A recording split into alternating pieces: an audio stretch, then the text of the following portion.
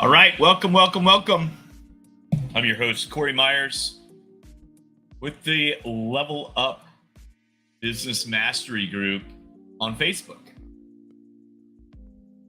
Guys, we've got a great talk for you ready to go today. It is about the 8 wastes of lean. Now, if you don't know about the 8 wastes of lean, this will be really eye-opening for you.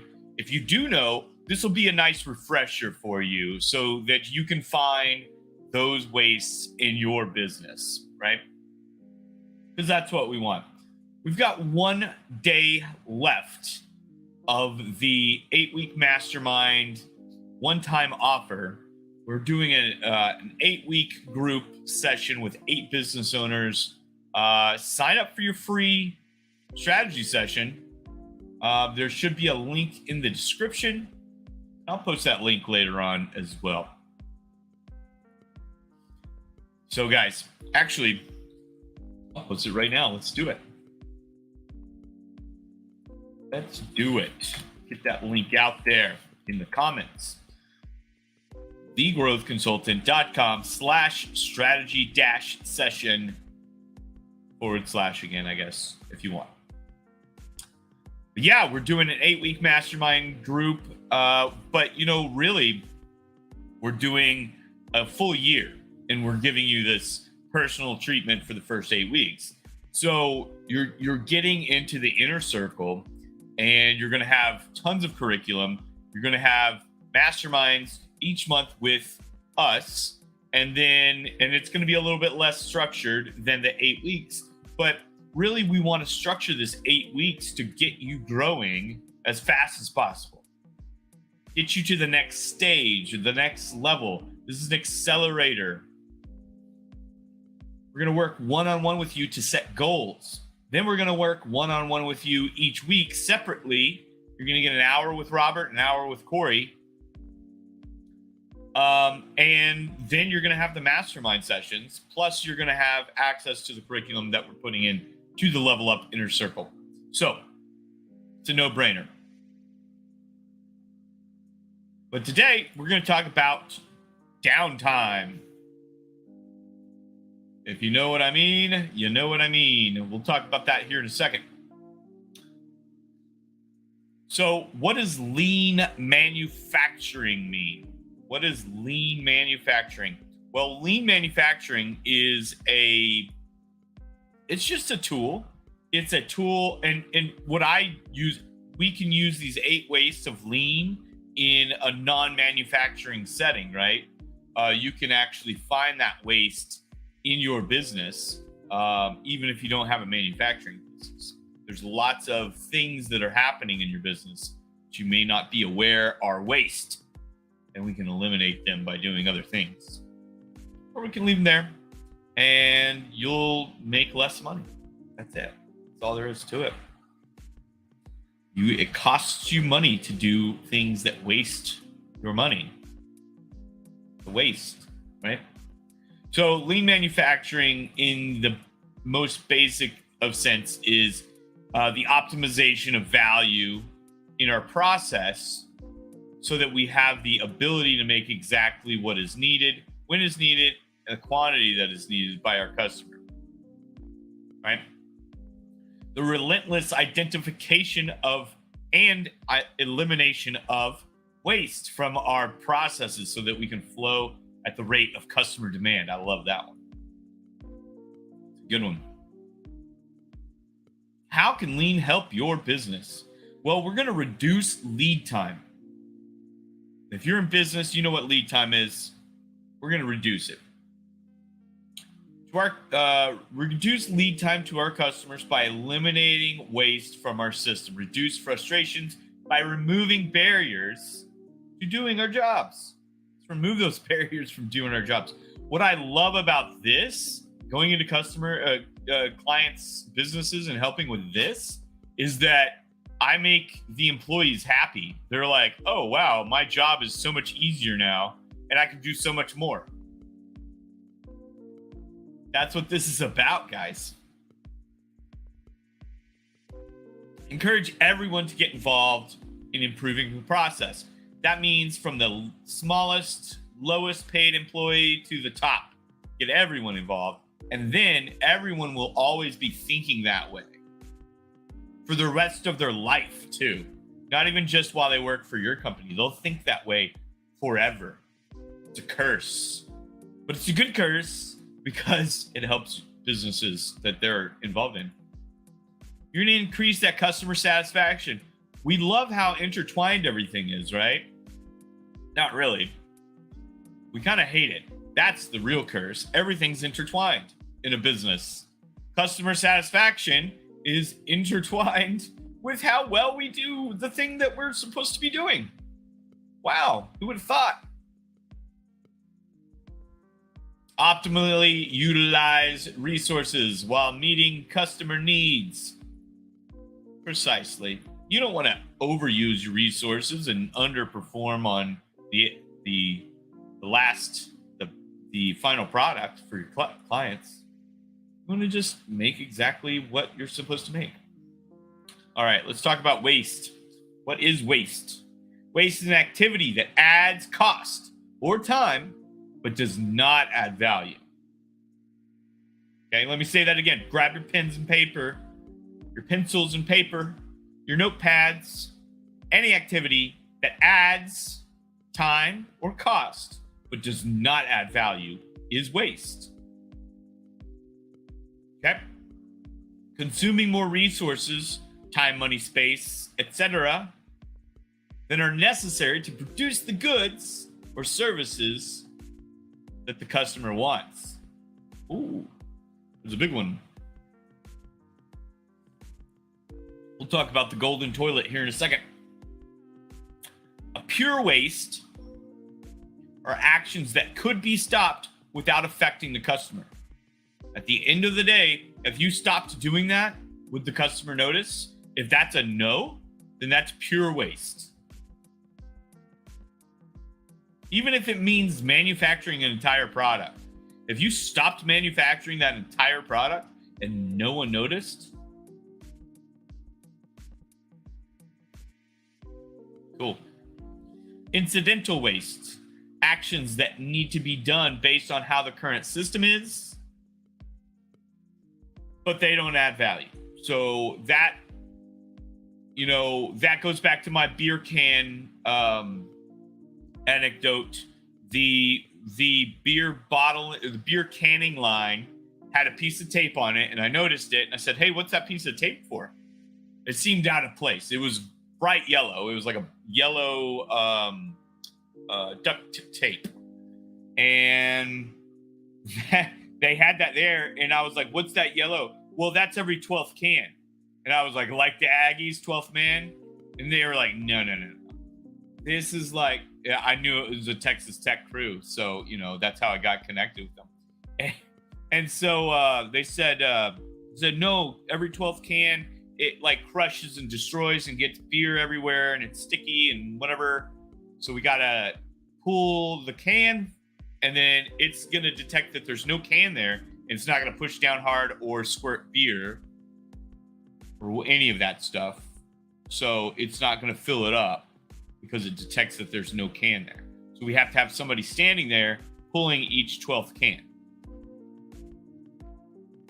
And so, as I recall, it was right before the plexiglass shroud started. So it was out in the open, and then there was the tape. You're probably looking at it the opposite direction as I'm pointing at it. But basically, if you're looking at it, here's the shroud. The cans are going here, and here's the tape. So you could tell that once the empty can hit there, there's the 12th can. And you pull that one. So anyway, it was the system, but it didn't add anything. In fact, it probably costs more money than it made. So kind of ridiculous. But I can see how crushing a can and having to shut down the system would cost you more money than the solution. I can totally see that. But that process is a waste. It's an incidental waste.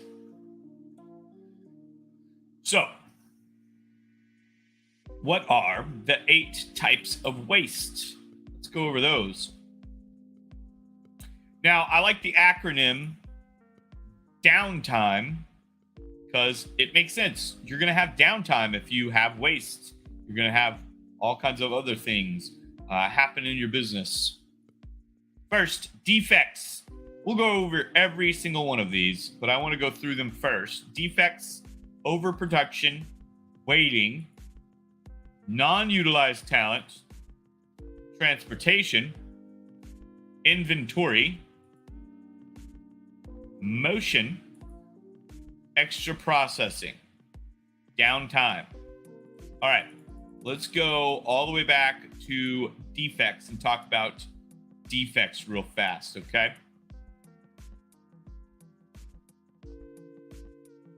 Where's my defects thing, man? I've got them all scattered about. My notes are not in the downtime order. Ran out of time. All right, defects. Got it spelled with a K here for some reason. I did voice thing and whatever. Just put down my notes. Defective or scrap material. So if you start with enough raw material at the beginning of your process, you start with enough raw material to make 100 widgets, and by the end of it, you have 90 widgets. Somewhere along the way, you had a defect in some of the widgets. Plus, you have some waste material, some scrap material now, including that wasted material that went into building the widget. But you're probably also cutting away at the material somehow, and you probably got some scrap. So that's defective or scrap materials. Cost of inspecting for defects. So if you can't eliminate the defects using the Lean Six Sigma methodology at the very beginning of the opportunities for defects, you're also going to incur a cost for inspecting defects. Now, a lot of places build that in. I was just watching how it's made on ice cream cones, and they put a rubber ball in there, and then they push down on it, and they make sure that its hardness can keep that rubber ball up to a certain threshold, right? And I guess that's to the rubber ball is to the ice cream scoop. So pushing down on the cone or mashing it or something like that, whatever, I don't know. But some people build that into their systems, right? But that's still a waste if it's not adding to the value, right? Responding to customer complaints. So responding to customer complaints. If there's something that happened and your product is defective, then your call center for your customer complaints is going to blow up. And if your call center is you're going to blow up. Rework or reinspection of questionable materials.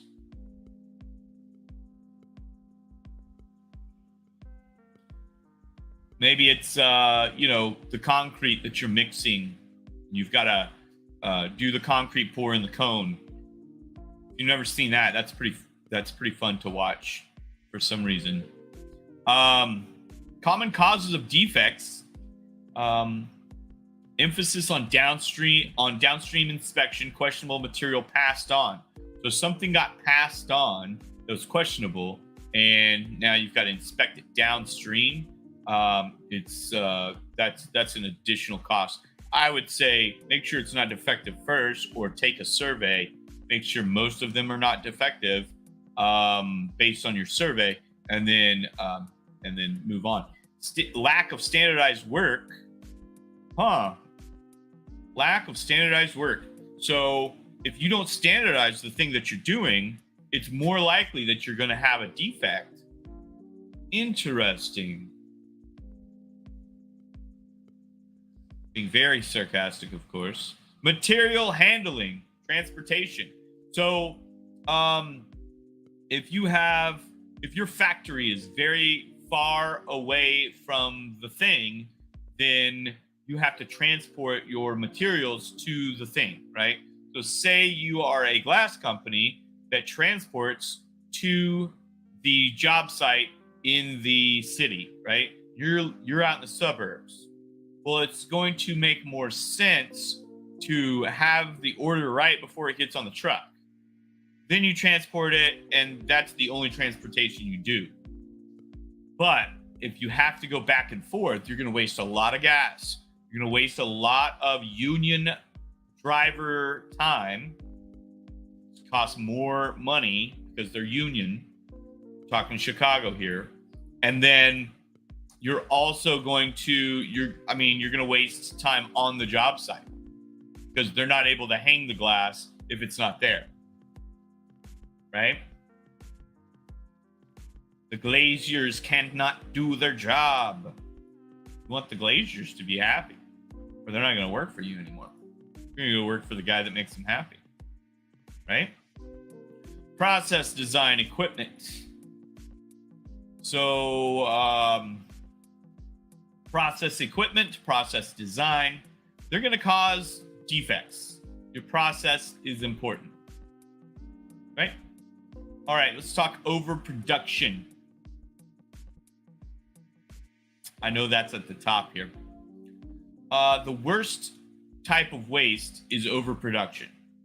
It is supplying the process with more than what's needed to meet an order sooner and faster than it needs to be ready for the shipment. Okay? So overproduction causes everything else, right? So common causes of overproduction are producing more than is required to make up for yield loss.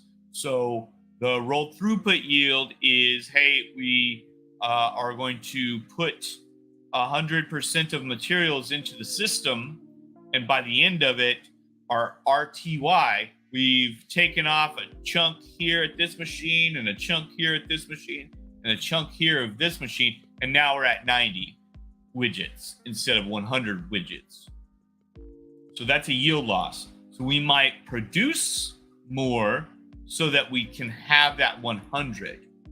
So if we're at 90%, how many do we need to produce to get 100? If 100 is 90%. Does that make sense? It's math. It's easy. Easy math. Scheduling production for forecasted demand. Well, we're going to forecast that we're going to demand this much. Now, here's something absolutely crazy. Sorry, I had to adjust my seat. Here's something that's absolutely crazy. Overproduction is only bad for scheduling production to forecast the demand if you can't accurately forecast that demand. We say that again. It's only bad if you cannot accurately forecast that demand. I'll wait for you to take notes. So check it out. Scheduling production for forecasted demand. I had a job. We were installing a generator outside of the Mercedes parts warehouse. They had every part from every model on the line for the last 10 years. One of each at least. They had a slot for it, apparently. So they had all of these pieces and parts and all this stuff. And what they would do is they would go pull the day before, because they had such an accurate forecasting model that it was 97% accurate. So if you could just go pull stuff and predict the future, 97% of that is going to get purchased and picked up by a dealership tomorrow. That's insane. It's absolutely bonkers. Long changeovers or avoiding changeovers lead to large lot production. So you might not want a large lot, because they're going to sit there for a while. You want to do those changeovers. You want to make sure that is super fast and super efficient. So you need to make sure that those changeovers, you shorten the time and you just get it done. You don't need large lot production. All right, what's next? Waiting. Again, my things are out of order on my document. Okay, I'm just going to use the search function over here. So, waiting, operator waiting for the machines to run or cycle, machines waiting for the operator, waiting for parts, instructions, approval, maintenance, decisions. So I know a print company that their volume is so low because FedEx, Kinko's, they've got all this equipment in the back that just doesn't get used. So those machines are waiting for an operator, but they're using up square footage in the back of his shop, and they're not doing anything the majority of the year. If you really calculate it, how many hours is this thing used? But you need it. So that would be what kind of waste? Put it in the comments. You know what kind of waste that would be. All right, waiting for parts, instructions, approval, information, maintenance, decisions, waiting for those things because we haven't standardized the process to algorithmically say, if this happens, we're going to go read the book and it's going to tell us, oh, this happens. Or we're going to have the book somewhat memorized as we go through the years, right? And we're going to continue to update that book. We're not waiting around. We don't want to wait. Common causes of waiting is mismatched production rates.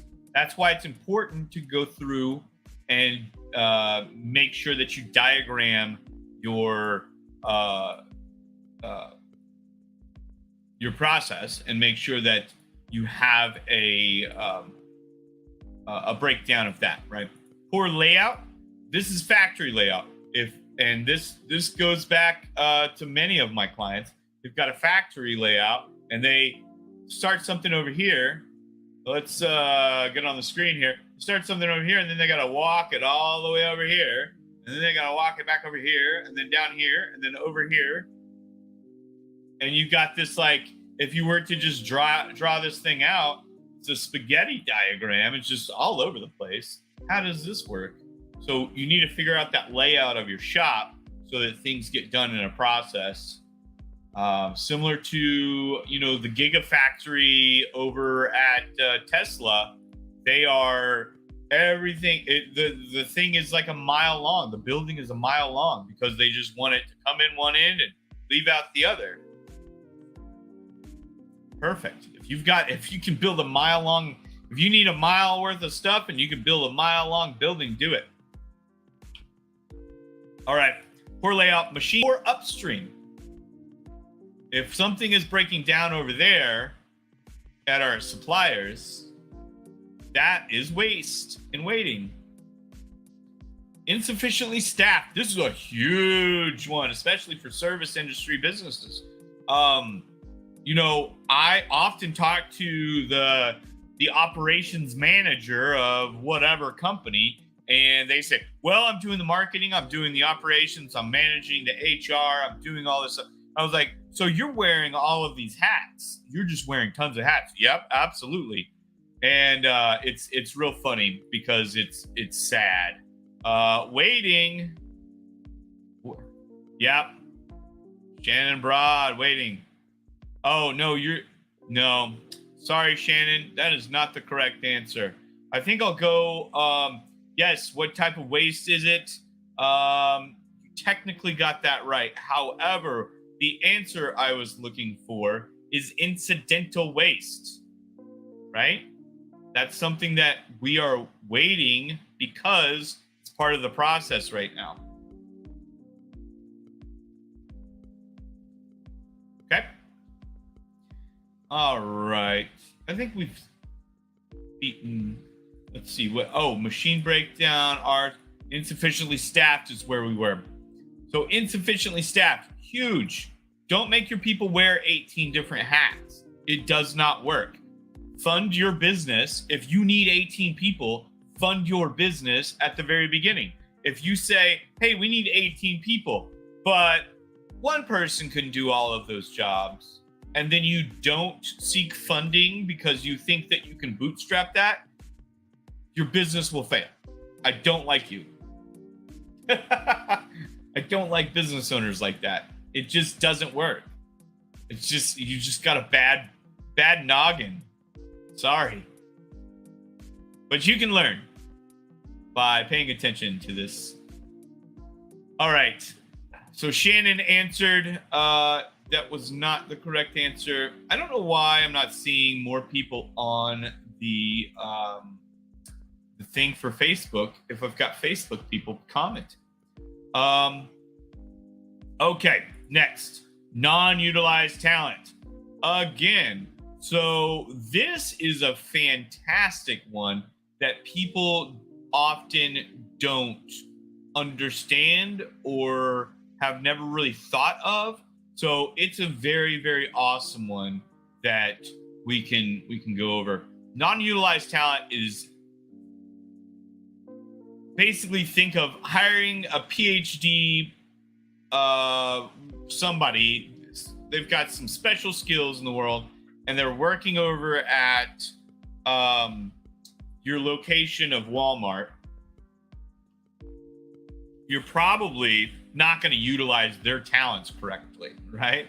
You're putting them on shelving duty or whatever.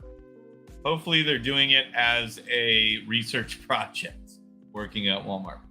So non-utilized talent, trying to find it. I've got it labeled as people skills. Yeah, there we go.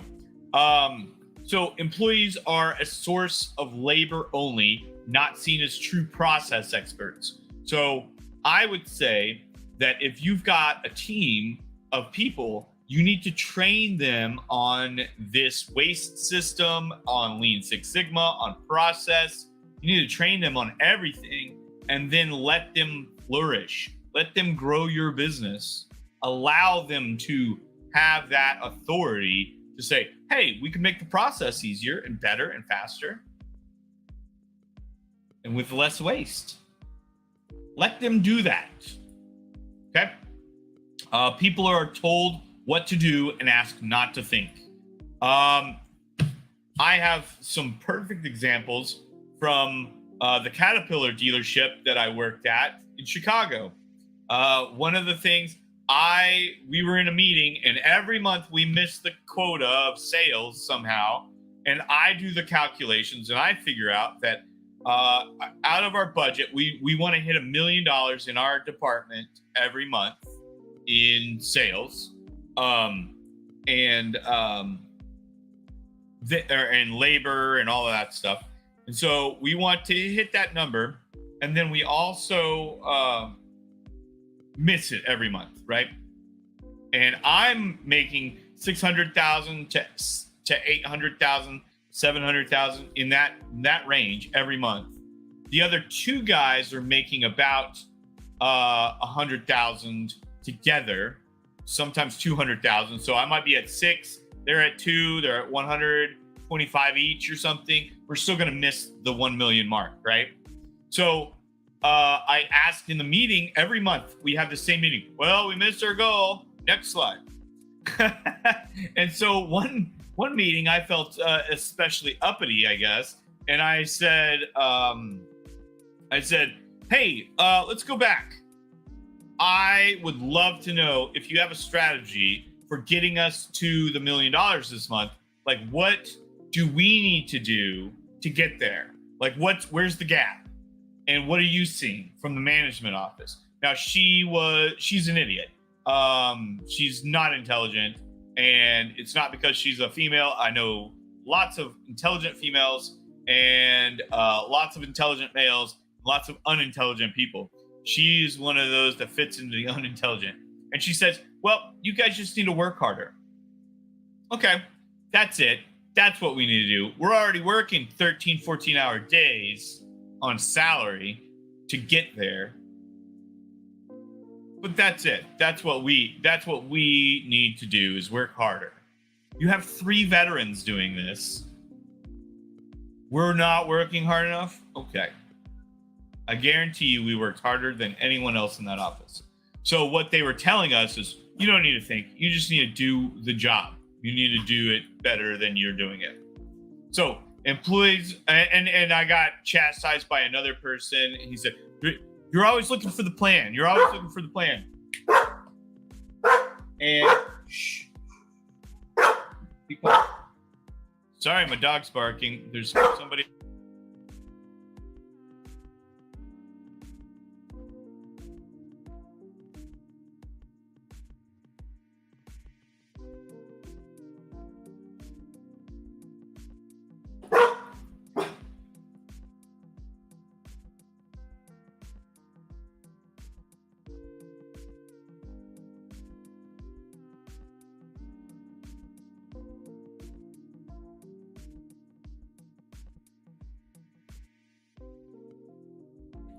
All right. That guy finally left the front door. So people were told what to do and asked not to think. Classic. Employees are not involved in finding solutions. Also classic. The employees aren't smart enough to find solutions to do their job better.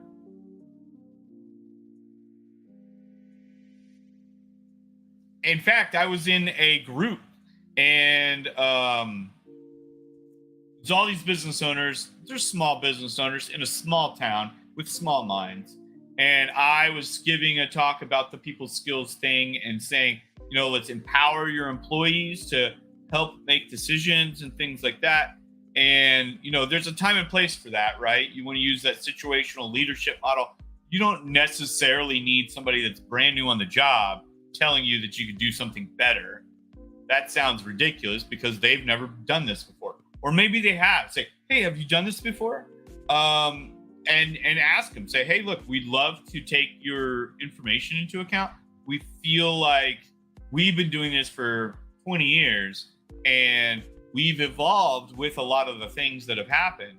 But, if you've got a great idea, let us know. But let's probably wait until we've got some time on the job so you've seen the things that are happening and why they're happening.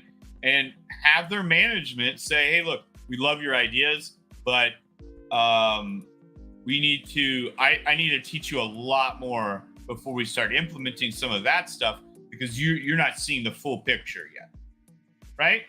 But they were like, hey, yeah, that's stupid. We're not going to do that. We're not going to allow our employees to let us know how things should be done.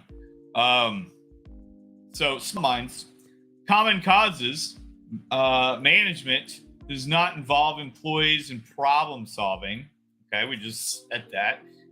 Narrowly defined jobs and expectations. We want you to do this thing over and over and over. We don't want you to think of a better way. Old school management, worker relationships. Yeah. All right, let's move on. We lost some time there with barking dogs.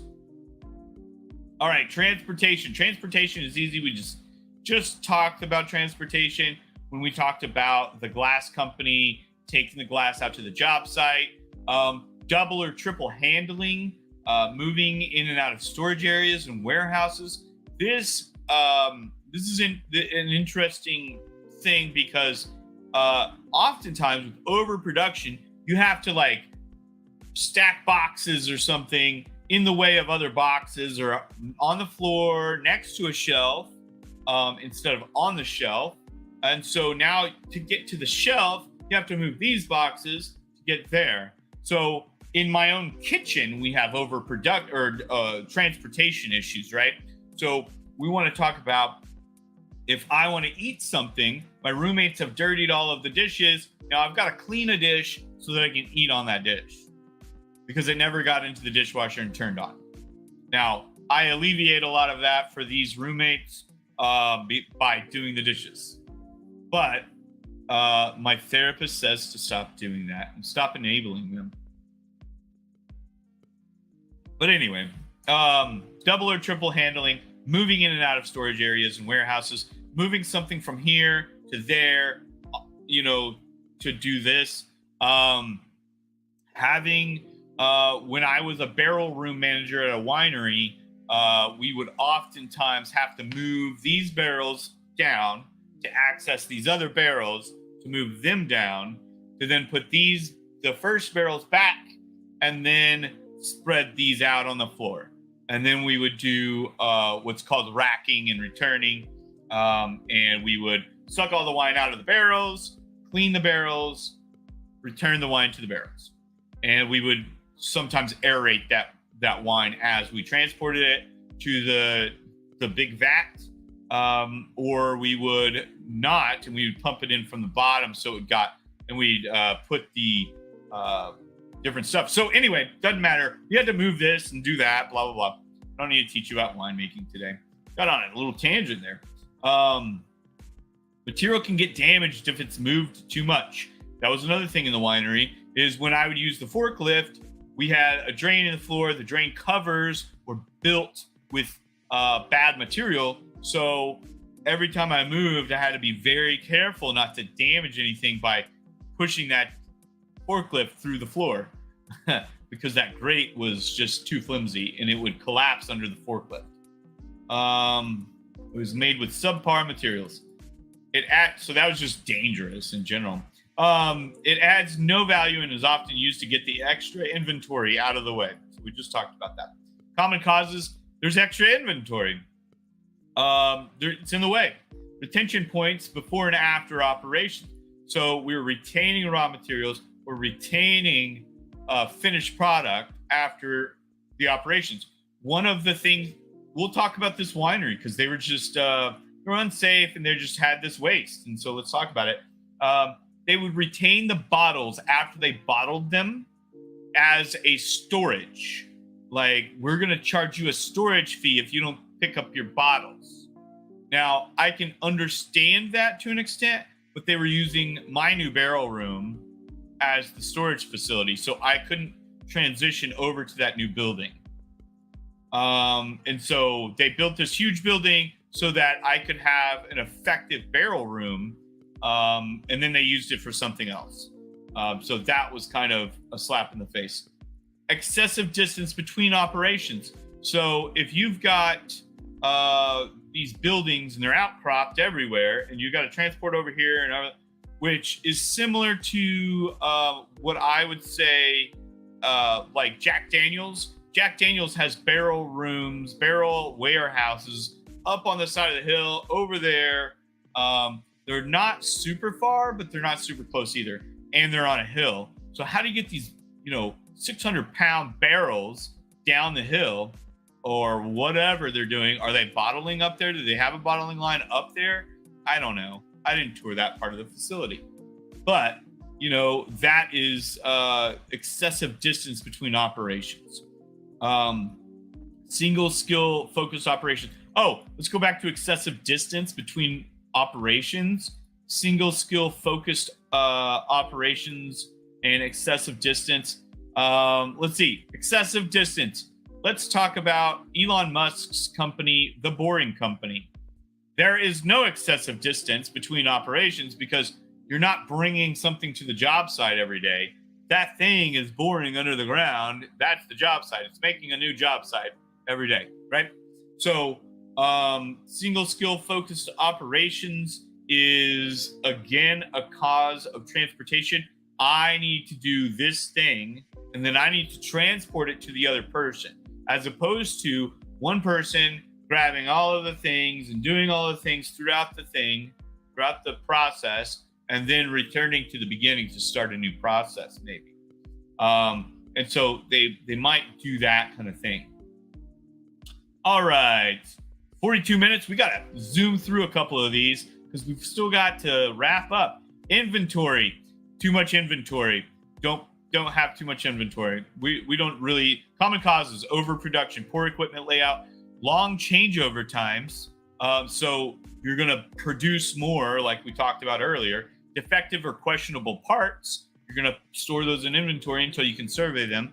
Mismatched production speeds. So That's another thing to lay out and say, hey, we want to produce this much so that this thing can handle it. If we have a bottleneck, right? Bottleneck, big words. All right, motion. So walking without working, being away from your workstation. This is something that a lot of doers that change into managers have a problem with. They don't feel like they're working by monitoring others, but they are. That's their job now, is to monitor. So they're working, they're monitoring the floor or whatever. Searching for tools, materials, information. Having tools right in front of you, having information right in front of you, or having information on this column. This is where we attached our manuals and things like that. Or this shelf is where we keep our books. Everybody should know where that material or information is kept. And it should be in the same spot every time, standardized. 5S's style, right? All right. So reaching, bending, unnecessary motion due to poor housekeeping or poor workplace layout. If you've ever seen the Amazon pickers, they are brought a thing and they just do this all day, put it in the box. And that's all they do. They don't bend over or reach across the desk for a stapler or whatever. I don't know. But one of the things that you can also, these motion operators can do is they can strain themselves by doing something that's imbalancing. They got to push down on this thing over here and keep their foot over there, and they're playing hokey pokey or something, or what is that, Twister. They're playing Twister at work.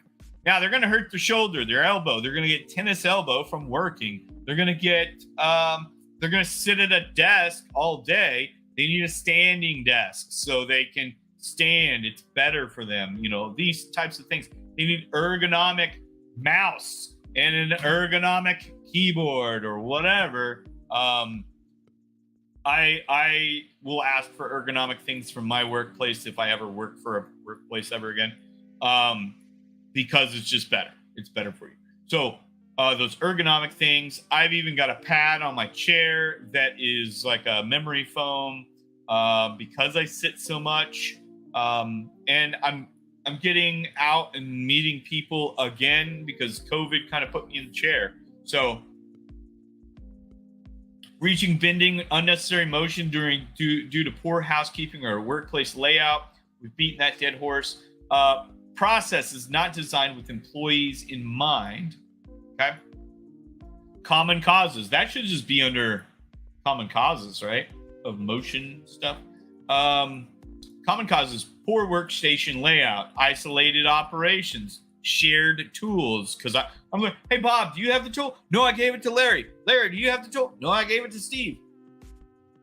Okay. Fatigue. So after you're done sharing the tool, put it up on the shelf where it goes. Don't give it to the next person. Put it on the shelf. And so that next person has to put it on the shelf. That last person has to put it on the shelf. That's their job. All right. Fatigue, workstation congestion, having too many people in too tight of a space, or moving back and forth in an office setting to try to retrieve paper files. Oof. Not great. Not great. Extra processing. Guess what's next on my list? Processing. This is probably the first time we've just gone straight down the list for one. Doing more than is necessary to produce an effectively functioning product. This is the golden toilet. So do we want to, if somebody says, hey, I need a toilet for my house, then you are a toilet manufacturer. I want to give this guy a golden toilet. He paid us $162. We're gonna overproduce. We're gonna overprocess. We're gonna extra setup steps, overt specification of the process. Whew. Sometimes I say, hey, look, you're a small business. You don't need all of this. Here's what we need to do. We need to break down Crayola style so you're on the right track. But I don't need to come in here and do fishbone diagrams for you and all this other stuff. That is a waste of money for your business. Let's get the basics out of the way. Let's transform this Fortune 500 company principle into small business company principle. Right. Excuse me. So we need to make sure that things are really simple. Common causes: lack of standardized work or processes. Lack of standardized work or processes. Lack of standardized work or processes. Equipment is over-designed. We've got this great big equipment and we don't really use it to its full capacity. Process, that kind of goes back to underutilized talent as well. Process not updated with technology changes. Always be looking out for technology that could improve your business process, like project management software for project managers. Very important that you don't spend $300,000 a year on project management software for your 4 project managers. It's stupid.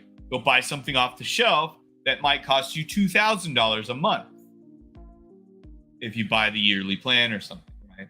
I don't know.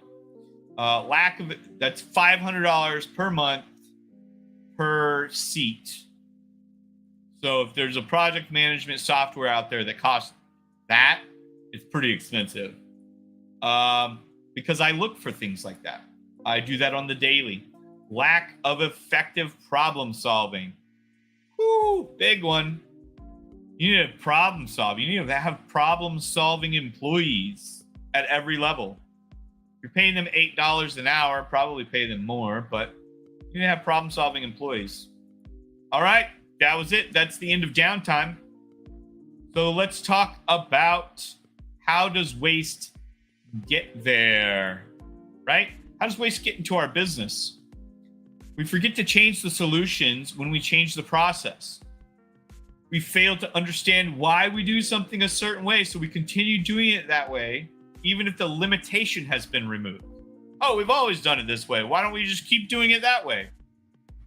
The limitation has been removed now.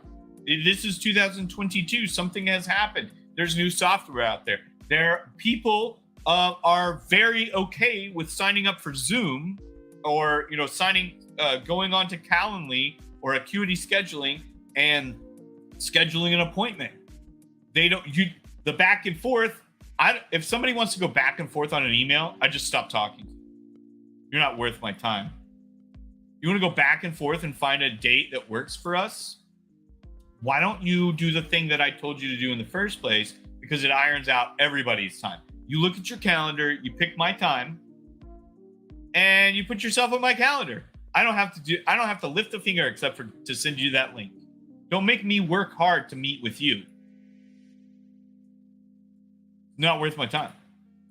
You're probably one of those clients that's not an ideal client for me. That's my resolution, right? So I build it into our processes. Root cause of problems is not addressed, or Band-Aid solutions are implemented. Band-Aid solutions. Guys, don't treat the symptom, treat the problem, the root cause of the problem. If you don't know the root cause of the problem, hire me. I'll find it. That's what I do. All right, how can we find waste in our business? We're at 51 minutes. Ooh, got a little bit to go here. How can we find waste in our business? Find the value added work. Everything else is waste. Go out there and see it. Get out on the floor. Witness things. Don't sit in your office all day. Observe our processes as if you do not know the process. Observe it as a bystander. I would be a great third party to come in. Or someone like me. Talk to the operators so that you can understand what they do and the why they do it. Okay? What is the operation about? Why is it necessary? Use spaghetti diagrams. Plot out your floor plan. Map the flow of materials on a layout, on your plant layout. Identify storage points, transportation, etc. Right? Introduce it. So introduce a one-piece flow into the process. And that means I'm going to do everything on this machine or with this person, and then we're going to move it to the next thing. Nothing is going through without just being monitored. And then you're going to say, oh, this thing is really screwing everything up. This is the one thing that's screwing everything up. All of these wastes will rise to the surface when you do that. Have the right attitude. Waste is hard enough to find when you want to find it. If we don't want to find waste, it will be impossible to root out and remove it. Being able to see it. Once we know what it is, we can see it better, right? So that's what this lesson's about. Seeing it in your business. You can say, hey, I've got waste in my business. Corey, come help me, right? The real challenge, knowing how to properly remove it.